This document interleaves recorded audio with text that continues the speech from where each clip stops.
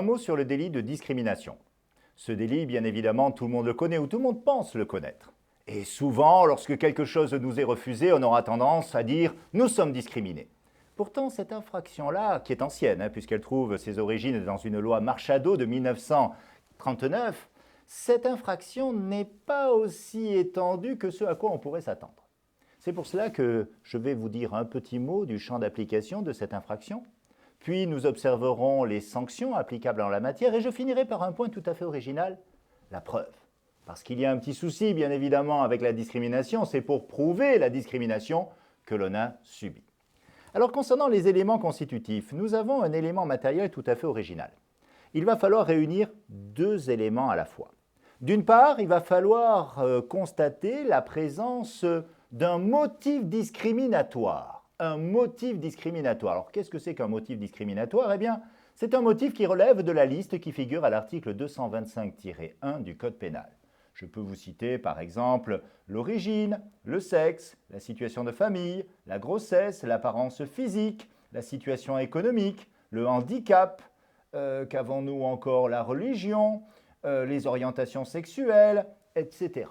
Il y en a de mémoire 25 ou 26 motifs discriminatoires. Eh bien, l'infraction sera caractérisée chaque fois qu'une personne aura commis l'un des faits envisagés par l'article 225-2 en raison de l'un de ces motifs discriminatoires. Alors, quels sont les faits en eux-mêmes? Refuser la fourniture d'un bien ou d'un service. Par exemple, le restaurateur qui refuse de servir un plat à telle personne parce qu'elle est de telle origine ou de telle nationalité. Nous avons aussi, deuxième hypothèse, le fait d'entraver l'exercice normal d'une activité économique quelconque. Le client qui ne veut pas de tel avocat parce qu'il a également telle nationalité ou tel sexe. Cela s'est déjà rencontré. Troisième hypothèse, refuser d'embaucher, sanctionner ou licencier une personne, toujours en raison de l'un de ces motifs. Et puis ensuite, nous avons encore d'autres cas qui sont en lien avec le droit du travail. Donc vous voyez, le fait de commettre l'un de ces éléments matériels, refuser la fourniture d'un bien, refuser une activité économique en raison de l'un des motifs visés par l'article L 225-1, cela constitue l'élément matériel de l'incrimination. Mais attention, elle n'est pas absolue non plus. C'est-à-dire que même dans ces cas-là, il y a des dérogations admises. C'est par exemple l'article 225-3 qui vise toute une série de cas où on peut s'écarter de l'infraction et ne pas risquer de subir les sanctions de cette dernière, tout simplement parce qu'il y a certaines tolérances. Par exemple, on peut refuser à une personne handicapée certains métiers qui ne sont pas adaptés à leur situation physique. Et puis même certaines discriminations à l'embauche parce que il y a un besoin tout à fait particulier, ne saurait donner lieu à la caractérisation de l'infraction. Par exemple, une agence de mannequins qui a besoin de personnes du sexe féminin, un homme ne pourra pas dire « j'ai été discriminé puisqu'on m'a refusé ». Ben non, la demande, c'était une personne du sexe féminin. Donc vous voyez, il existe des exceptions ici, mais des exceptions bien évidemment de bon sens, expressément visées par cet article 225-3.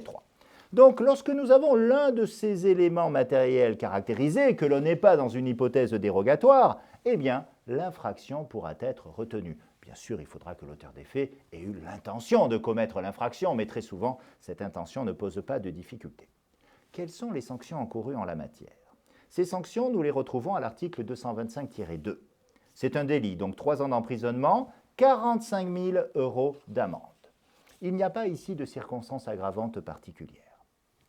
Je voudrais vous dire un point ici, pour terminer, d'un article tout à fait original. C'est l'article 225-3-1 du Code pénal. Cet article nous dit la chose suivante: les délits prévus par la présente section sont constitués, même s'ils sont commis à l'encontre d'une ou plusieurs personnes ayant sollicité l'un des biens, actes, services ou contrats mentionnés à l'article 225-2, dans le but de démontrer l'existence du comportement discriminatoire, dès lors que la preuve de ce comportement est établie. Cet article est très simple. Il admet, il légalise même le testing, tout simplement. Le fait de se mettre dans une situation où l'on va subir un testing pour prouver l'existence de ce dernier, vous voyez, cela est admis. Par exemple, aller devant une boîte de nuit avec un groupe d'Européens, un groupe d'origine étrangère, etc., de plusieurs nationalités, et voir le comportement du portier, eh bien, vous voyez, le fait de réaliser cet acte-là n'est pas attentatoire à la preuve, etc., ou à la présomption d'innocence surtout. Eh bien non, cela est prévu par la loi. C'est ce que l'on appelle une provocation à la preuve. Cela est tout à fait permis. Ce qui n'est pas permis, c'est la provocation à l'infraction. Provoquer quelqu'un pour qu'il commette une infraction qu'il n'aurait jamais commis, ça ne marche pas. En revanche, provoquer quelqu'un pour commettre une infraction qu'il a déjà commis et qu'il va sûrement recommettre ensuite, eh bien ça, c'est parfaitement admis. Eh bien cet article, vous voyez, le permet. C'est une originalité, c'est la seule disposition du Code pénal qui permet cela.